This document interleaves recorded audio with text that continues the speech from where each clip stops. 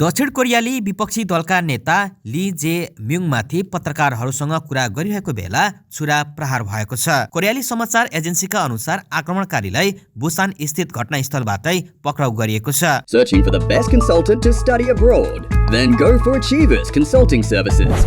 Most trusted and experienced over 9 years. Achievers Consulting Services.